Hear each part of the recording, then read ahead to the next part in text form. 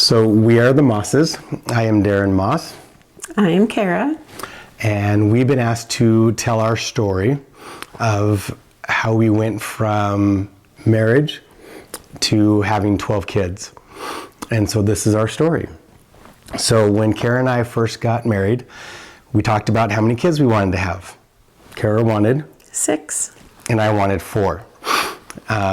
So as we were going, we ended up having 4 children. And because of Kara's health and me being a young dad, got scared that I wasn't able to provide for them all, we decided that it was probably best that we don't have any more children. So I won. We had 4 kids. But I promised, but you won, because I promised that we would look at fostering and adopting later on, always with the intention that she was going to forget. She didn't. I didn't. When we moved to Arizona, we decided to start looking into doing foster care. That was 12 years ago now. Our youngest at that time was 11. So we had an 11-year-old, a 13, and a 15-year-old at home. And we talked to our children and told them that we wanted to do foster care. And they were all on board. And so we started doing foster care with the intention of fostering and adopting the first 2 kids that we got, because that's what everyone else was doing, and we would be done. Well, our Heavenly Father always has different plans than what we have. So as we are fostering, 6 years into it, we are still not able to adopt any children.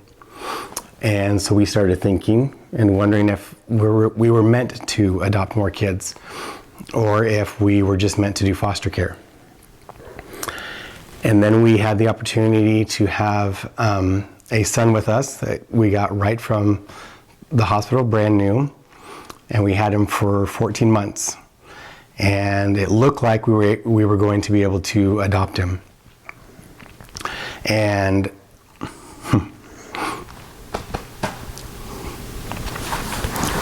that was quick. That was fast. Yeah. Dante was one that I grew really close to and knew that he was supposed to be my son. And we started thinking and going through all the things that we were going to be able to offer him: a family, a religion, security, safety, faith. We were going to be able to offer him all these things.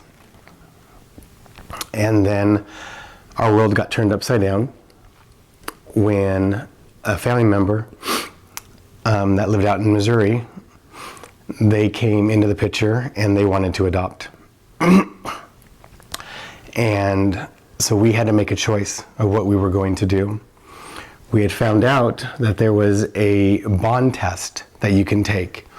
And if the bond test came back that the child had already bonded with you, then they wouldn't pull that child out of your home to go to a family member. And if you had seen us, there was no way that I wasn't going to win this bond test. And this is where we really sat down and started praying and asking our Heavenly Father what we needed to do. Our righteous desires were to keep Dante with us, to give him everything we wanted to give him. And so we prayed about it, and we prayed long, and we prayed hard. And we came, as we were praying, one day, I had asked our Heavenly Father if this was the right thing to do, and we had the impression, that if we did the bond test, that we would win, and Dante would be ours. But that it would destroy the other family, and that they would never forgive us, and they may never forgive Heavenly Father for not allowing them to have the child that they've been praying for. And so one of the hardest prayers that we ever did was that we prayed that this family would be able to take Dante and would be able to raise him and give him all the things that we wanted. I think that was the first time in our life that we ever really turned 100% of our will over to our Heavenly Father's will. We had always prayed, we had always followed the inspirations. We had always followed the guidance of our Heavenly Father. But it was this time when we thought it was a righteous desire for us, something that we had been praying for 6 years. And we had to turn that over to our Heavenly Father. And it was the hardest thing that we've ever done. And we almost quit. We did. I will tell you, though, that he is with the family that he is meant to be with. He has biological family and he has siblings. And yes, he would have done well with us and we would have loved him so forever and ever. But he is exactly where he needs to be. And we didn't quit. And we took a little break and started all over again. And again, our Heavenly Father knows exactly who we are and what we need. And we got a call that there was a newborn baby that was at the hospital that was definitely going to go to adoption. And so we decided, this was at Christmas time, and we decided to run down to the hospital and go pick up this little baby girl. And we told our 4 children that we were going to go run a Christmas errand. They know at Christmas time they can't ask any questions. So we went down to the hospital and we got Maya, our little daughter, and brought her home. And I carried her in like it was a doll. And the kids, when I walked in, the kids were wondering why I was carrying a doll and why I was so tender with this doll. And then it squeaked. And then she squeaked. And the kids, of course, all ran over and stuff. And that was the beginning of our adoption. So we were able to go through the process and be able to adopt Maya, who is now 7 years old. Right after that, another miracle, as we continue to listen to the Spirit and follow, we got a call that there was a boy, brand new baby boy that was... Are we talking Zachary? Mm-hmm. We got a call from Dante's adoptive mother, his mother, and she said, there's another baby. And I couldn't let it go. I could not let it go. I called everyone I could think of to find out where this baby was, because he had to be ours. I told my story to the person I finally got a hold of, the DCS caseworker, and I said, just before you take this baby to somebody else, will you please just hear our story? And I told her about Dante, and I told her about how we still have phone conversations with them, and we have connections with biological family, and would they please consider us to be his foster parents. And she said, okay, well, it took me a couple hours to find her. She said, let me talk to my supervisor and see what she says, and I'll call you right back. I said, okay. So in 2 minutes, she had called me back, excuse me, and she said, okay, where can we meet you so you can pick up the baby? And we got in the car and we drove to a Costco parking lot, and we waited for the baby to arrive, and he was spitting image of Dante. Carbon copy of Dante, and he was beautiful, and he was brand new, and he was ours, and I knew he was going to be ours, but I struggled. He did struggle. It was a hard first year. He built up a wall. He didn't want to happen again what had already happened. Correct. I couldn't lose another one and stuff, and so I didn't open my heart as much as I could have at first until we were for sure that he was ours. And now we're best buds.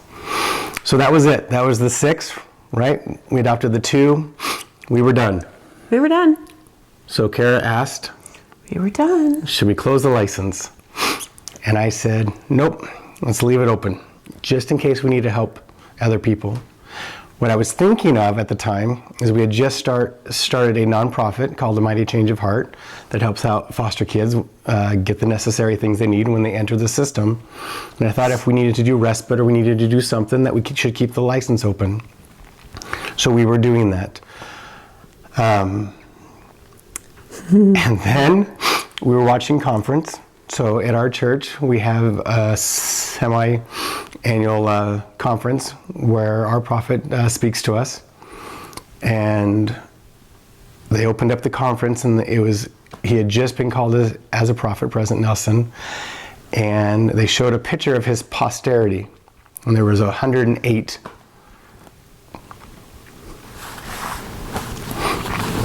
between kids, grandkids, and great-grandkids. And it was like Heavenly Father had finally just smacked me over the head. And he says, this is what all the heartache and pain, patience, long-suffering, all the training, everything I've put you guys through over the last 6 to 8 years, this is what it's all for. That posterity, I want you guys to have a posterity just like that. And at that point, I knew that we needed to have more children. I knew instantly that the answer was 12. Now, I never told Kara that up front because it scared me. I didn't want to scare her as well. So we started looking. We started looking for other children that were ready to be adopted.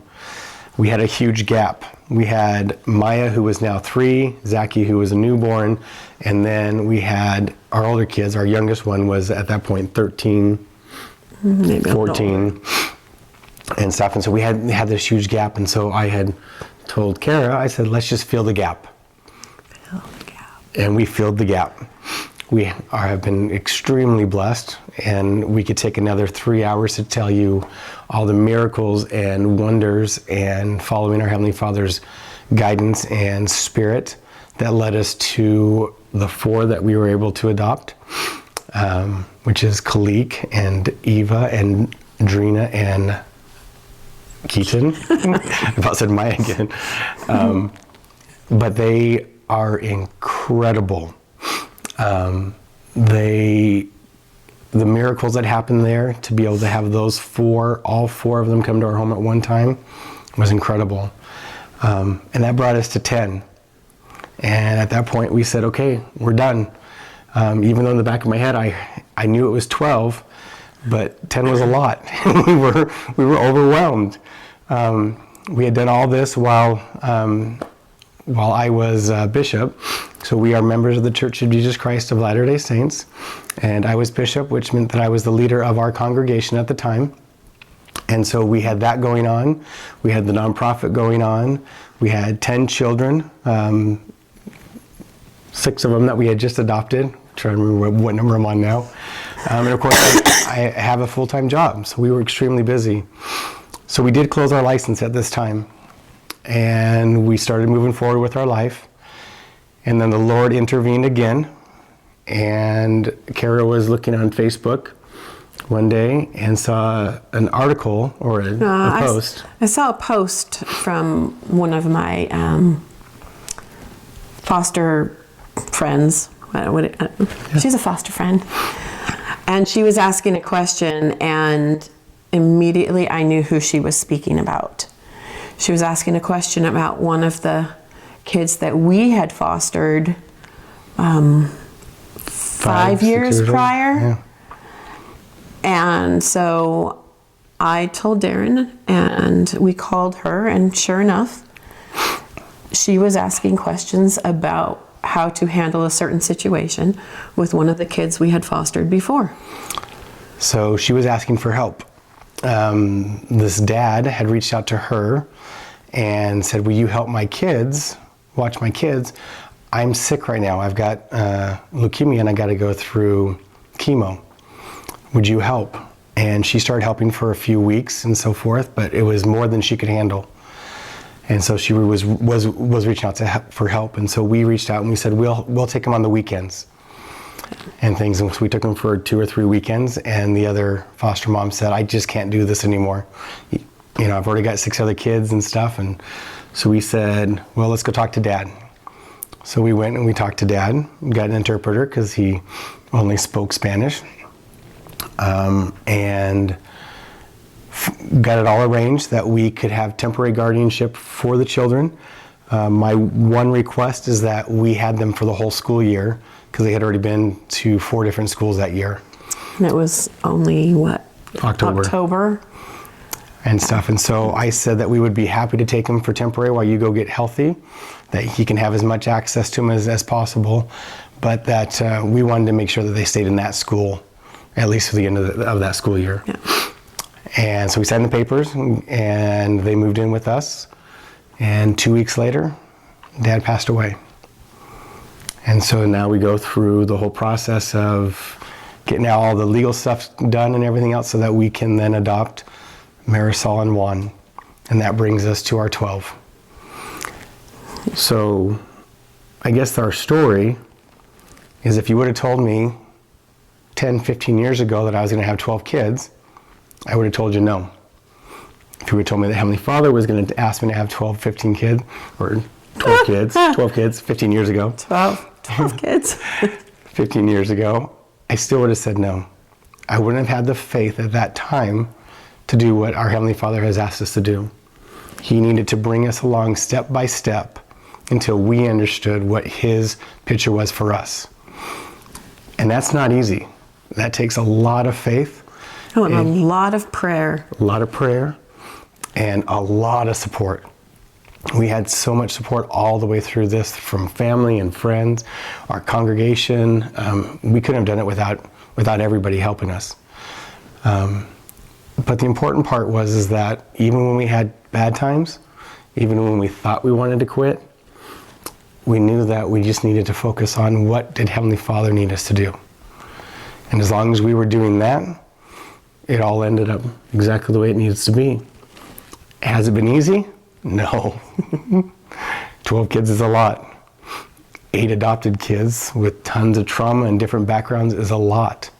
But they are thriving. They're doing amazing. And this is our family. We all know this is our family. This was meant to be. And that's what we love about having faith in our Heavenly Father, is that if we just do one thing at a time, step by step, and follow, one day we'll be able to see the picture. I don't have 108 people in my posterity yet, but I know that one day we will. And that's going to be the greatest thing. Agreed. So we believe that our defining moment in all of this journey was when we had to stop focusing on our will and focus on the will of our Heavenly Father. The part about Dante, where we had to literally give up our son, where we had to pray for that other family to have exactly what we wanted. That was our defining moment when we realized that it wasn't about us, but it was about our Heavenly Father's children.